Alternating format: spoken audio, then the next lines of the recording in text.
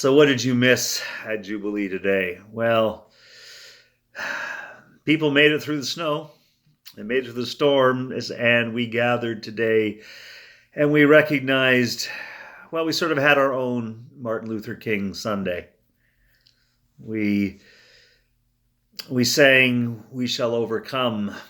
We sang "Precious Lord." We celebrated the highs and the lows of Dr. King's ministry, of his witness with the world. We heard and shared some of the dream, "I Have a Dream" speech. We hoped together, we dreamt together, we celebrated what progress has been made, and we recognized the challenges still in front of us. We lamented the progress that hasn't been made, but we dared to keep hoping. We dared to consider the dream and how we continue to dream, how we continue to hope, how we continue to work for a time when equality isn't just a dream, it's a reality. When racism is not on the news every day, when it's not in our faces every day, and not because it's hidden, but because it is no more.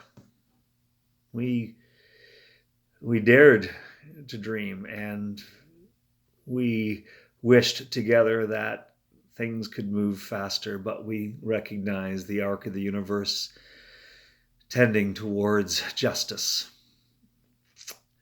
So that happened today. And then, just because it seems, well, it's a good Sunday, we talked about sin.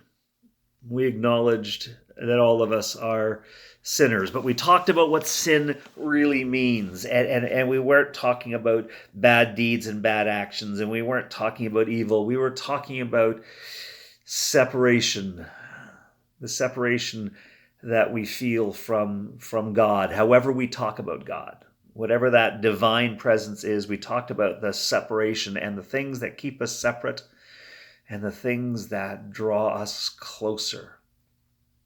Sin is the separation.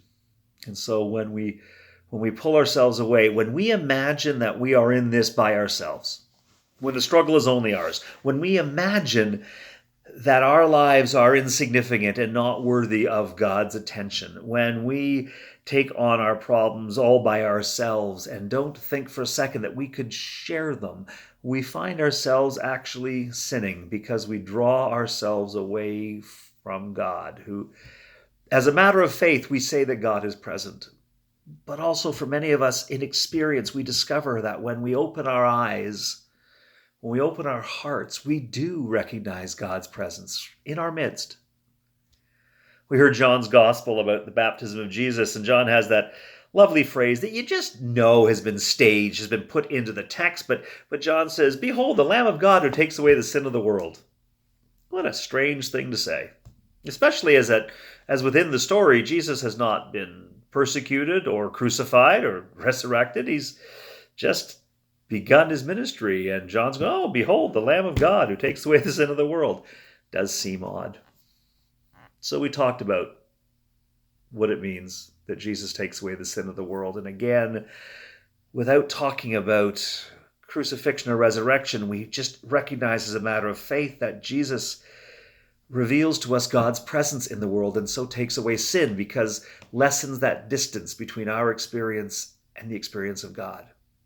If we want to know what God is thinking, if we want to know God's will, if we want to know God's hope for us, we look to Jesus. We listen to the teachings, we follow the example, and indeed the gap gets smaller. Sin is taken away. We pondered that.